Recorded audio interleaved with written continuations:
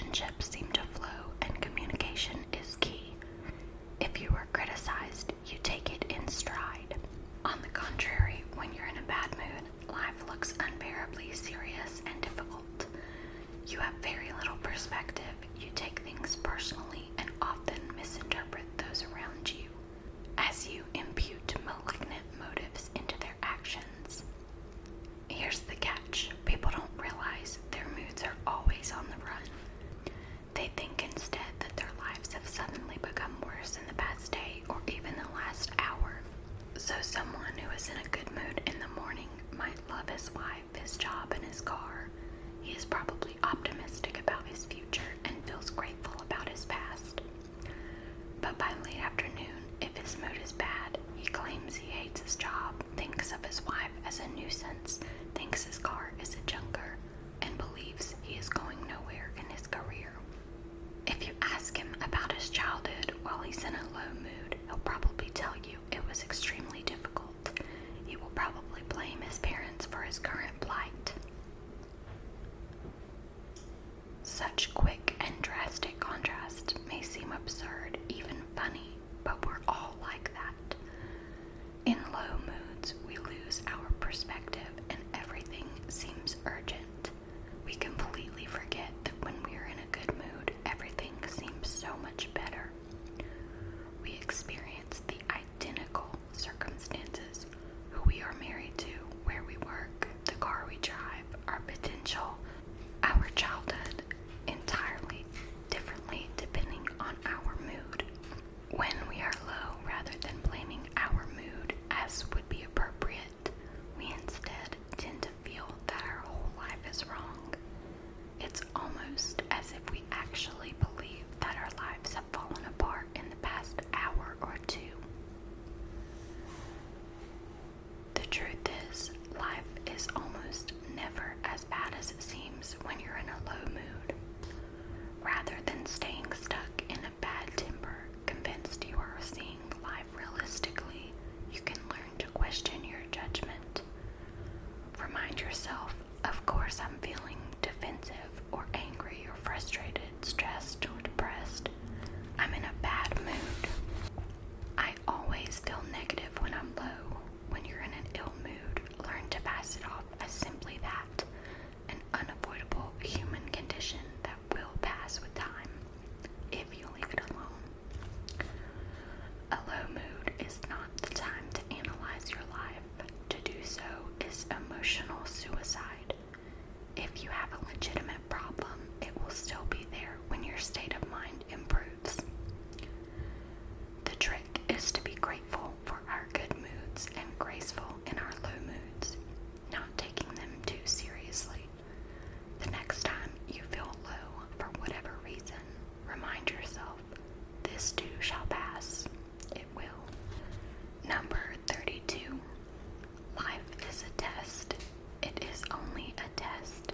One of my favorite posters says, life is a test. It is only a test. Had this been a real life, you would have been instructed where to go and what to do. Whenever I think of this humorous bit of wisdom, it reminds me not to take my life so seriously. When you look at life and its many challenges as a test or series of tests, you begin to see each issue you face as an opportunity to grow, a chance to roll with the punches. Whether you're being bombarded with problems, responsibilities, even insurmountable hurdles, when looked at as a test, you always have a chance to succeed, in the sense of rising above that which is challenging you. If, on the other hand, you see each new issue you face as a serious battle that must be won in order to survive, you're probably in for a very rocky journey.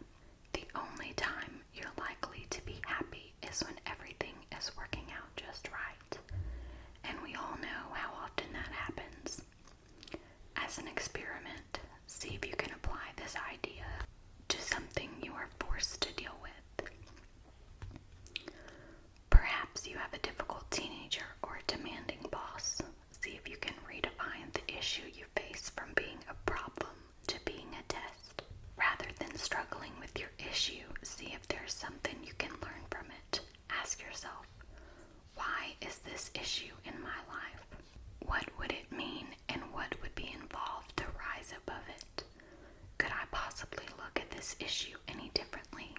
Can I see it as a test of some kind? If you give this strategy a try, you may be surprised at your changed responses. For example, I used to struggle a great deal over the issue of my perception of not having enough time. I would rush around trying to get everything done. I blamed my schedule, my family, my circumstances, and anything else I could think of for my plight. Then it dawned on me, if I wanted to be happy, my goal didn't necessarily have to be to organize my life perfectly so that I had more time, but rather to see whether I could get to the point where I felt it was okay that I couldn't get everything done that I felt I must. In other words, my real challenge was to see my struggle as a test.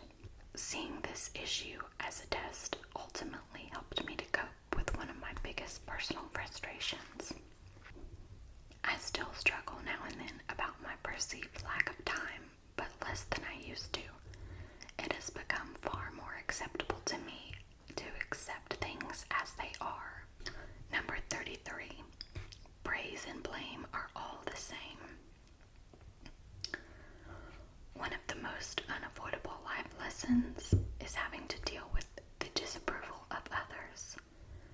Praise and blame are all the same is a fancy way of reminding yourself of the old cliche that you'll never be able to please all the people all the time.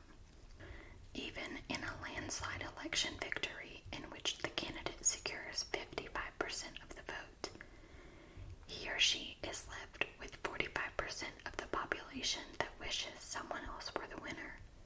Pretty humbling, isn't it?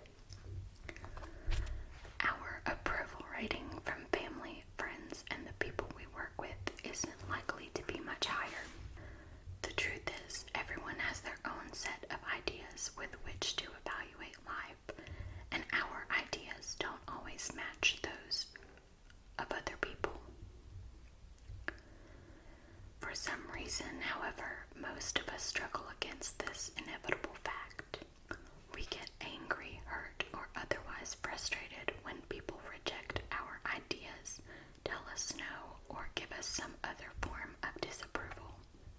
The sooner we accept the inevitable dilemma of not being able to win the approval of everyone we meet, the easier our lives will become. When you expect to be dished out your share of disapproval instead of struggling against this fact, you'll develop a helpful perspective to assist your life journey.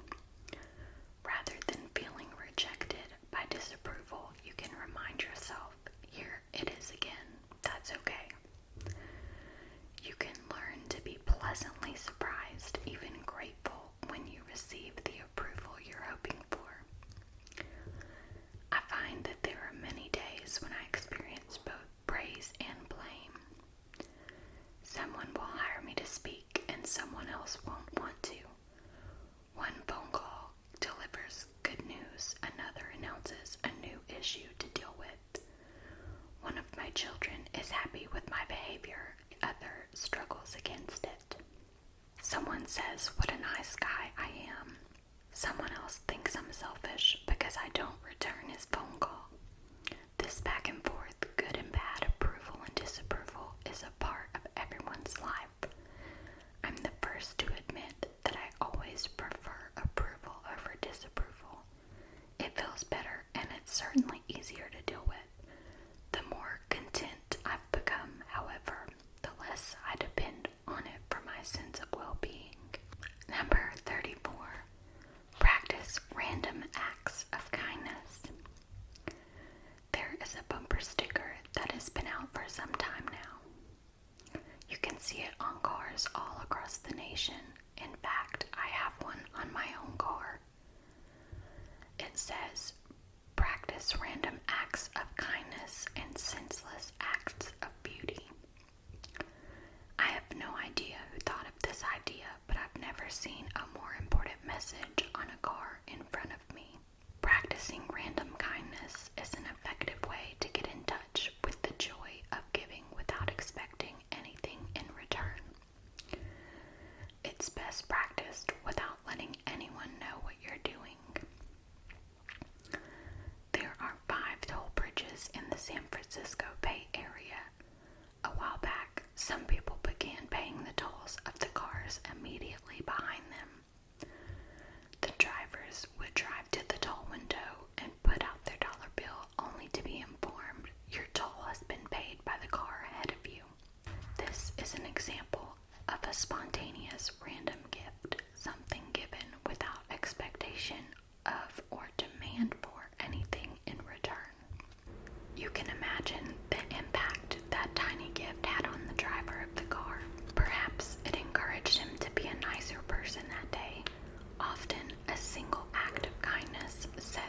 series of kind acts in motion.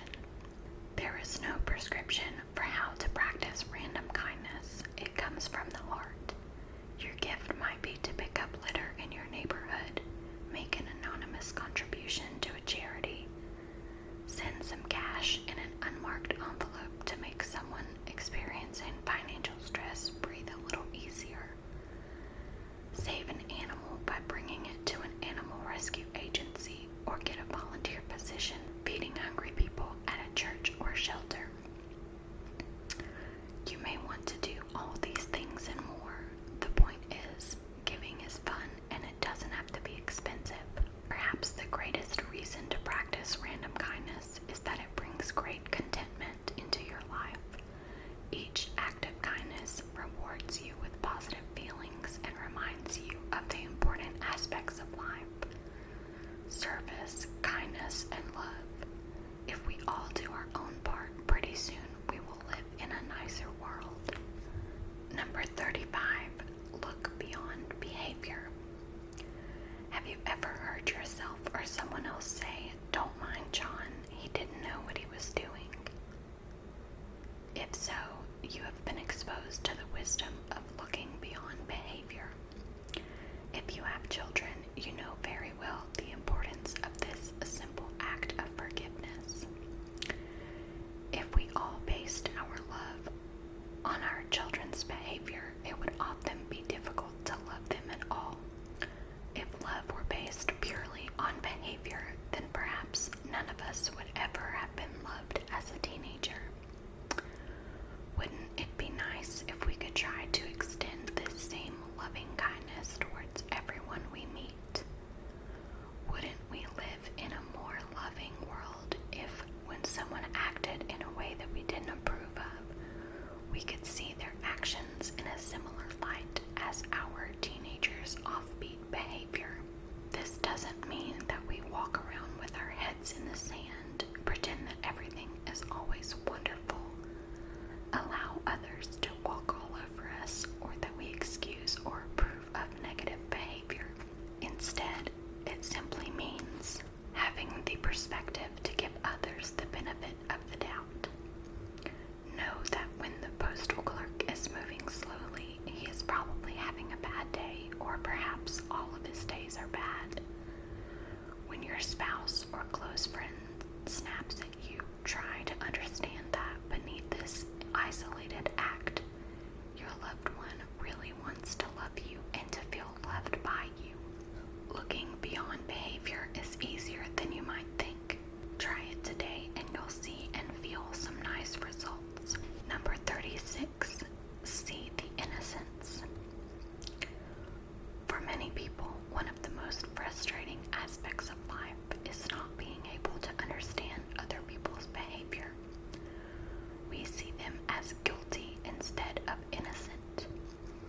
It's tempting to focus on people's seemingly irrational behavior, their comments, actions, mean-spirited acts, selfish behavior, and get extremely frustrated. If we focus on behavior too much, it can seem like other people are making us miserable. But as I once heard Wayne Dyer sarcastically suggest in a lecture, round up all the people who are making you miserable and bring them to me. I will treat them and you'll get better. Obviously, this is absurd. It's true that other people do weird things. Who doesn't? But we are the ones getting upset, so we are the ones who need to change. I'm not talking about accepting, ignoring, or advocating violence or any other deviant behavior. I'm merely talking about learning to be less bothered by the actions of people. Seeing the innocence is a powerful tool for transformation. That means when someone is acting in a way that we don't like, the best strategy for dealing with that person is to distance ourselves from the behavior, to look beyond it, so that we can see the innocence in where the behavior is coming from. Very often, this slight shift in our thinking immediately puts us into a state of compassion. Occasionally, I work with people who are pressuring me to hurry up.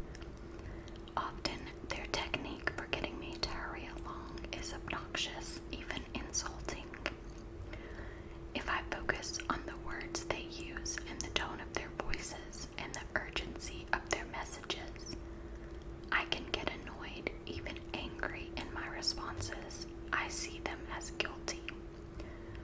However, if I remember the urgency I feel when I'm in a hurry to do something, it allows me to see the innocence in their behavior. Underneath even the most annoying behavior is a frustrated person who is crying out for compassion.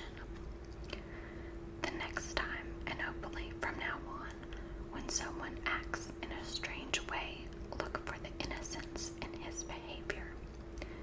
If you're compassionate, it won't be hard to see. When you see the innocence, the same things that have always frustrated you no longer do. And when you're not frustrated by the actions of others, it's a lot easier to stay focused on the beauty of life.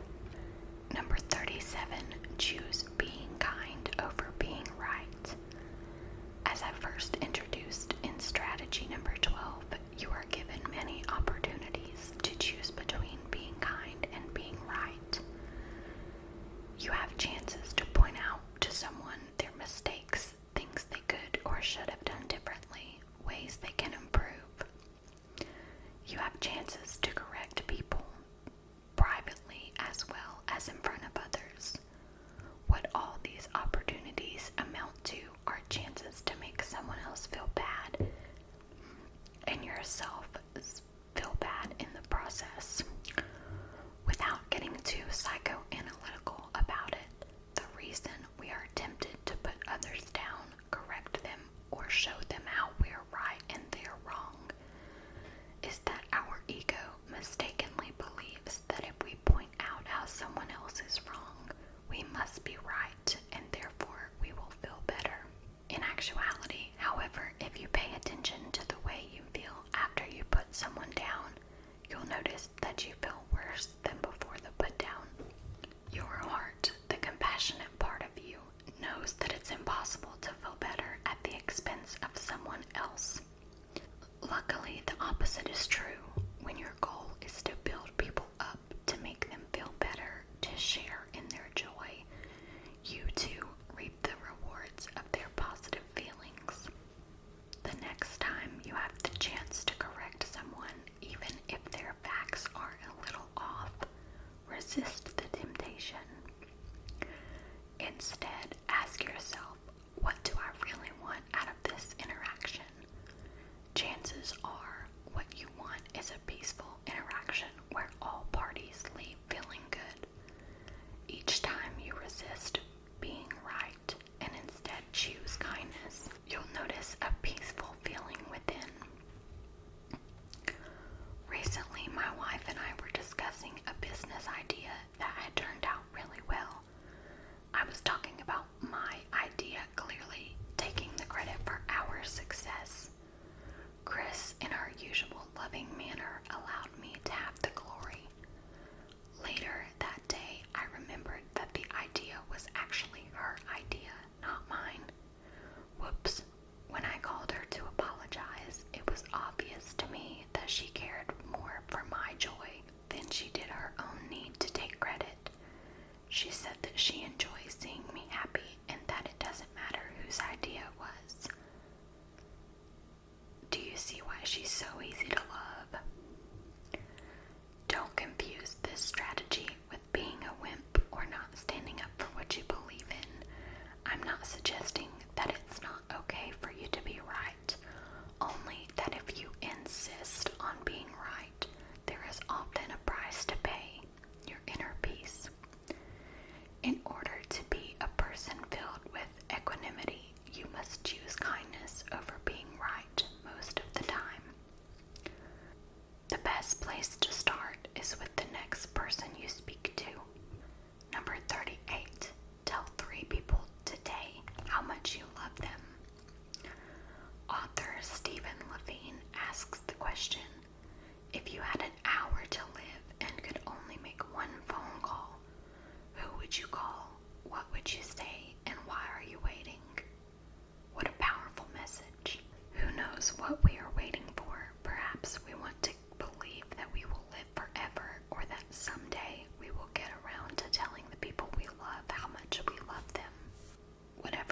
reasons, most of us simply wait too long. As fate would have it, I'm writing this strategy on my grandmother's birthday. Later today, my father and I are driving out to visit her gravesite. She died about 2 years ago. Before she passed away, it became obvious how important it was to her to let her family know how much she loved us all. It was a good reminder that there is no good reason to wait. Now is the time to let people know how much you care. Ideally, you can tell someone in person or over the phone. I wonder how many people have been on the receiving end of a phone call where the caller says, "I just called to tell you how much I love you." You may be surprised that almost nothing in the world means so much to a person. How would you like to receive the same message? If you're too shy to make such a phone call, write a heartfelt letter instead. Either way, you may find that as you get used to it, letting people know how much you love them will become a regular part of your life. It probably won't shock you to know that if it does, you'll probably begin receiving more love as a result. Number 39, practice humility. Humility and inner peace go hand in hand. The less compelled you are to try to prove yourself to others, the easier it is to feel peaceful inside. Proving yourself is a dangerous trap. It takes an enormous amount of energy to be continually pointing out your accomplishments, bragging, or trying to convince others of your worth as a human being. Bragging actually dilutes the positive feelings you receive from an accomplishment or something you are proud of. To make matters worse, the more you try to prove yourself, the more others will avoid you, talk behind your back about your insecure need to brag, and perhaps even resent you. Ironically, however, the less you care about seeking approval, the more approval you seem to get.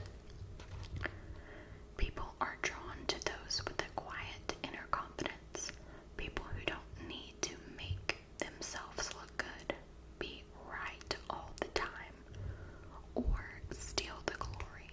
Most people love a person who doesn't need to brag, a person who shares from his or her heart and not from his or her ego. The way to develop genuine humility is to practice. It's nice because you will get immediate inner feedback in the way of calm, easy feelings. The next time you have an opportunity to brag, resist the temptation. I discussed this strategy with a client and he shared the following story. He was with a group of friends a few days after he had been promoted at work. His friends didn't know it yet, but my client was chosen to be promoted instead of another friend of theirs. He was a little competitive with this person and had the very strong temptation to sneak in the fact that he had been chosen and their other friend wasn't. He felt himself about ready to say something when a little voice inside him said, "Stop, don't do it." He went ahead and shared with his friends, but didn't cross the line and turn the sharing into gloating. He never mentioned how their other friend didn't get promoted. He told me that he couldn't remember ever feeling so calm and proud of himself. He was able to enjoy his success without bragging. Later, when his friends did find out what had happened, they let him know that they were extremely impressed with his good judgment and humility. He received more positive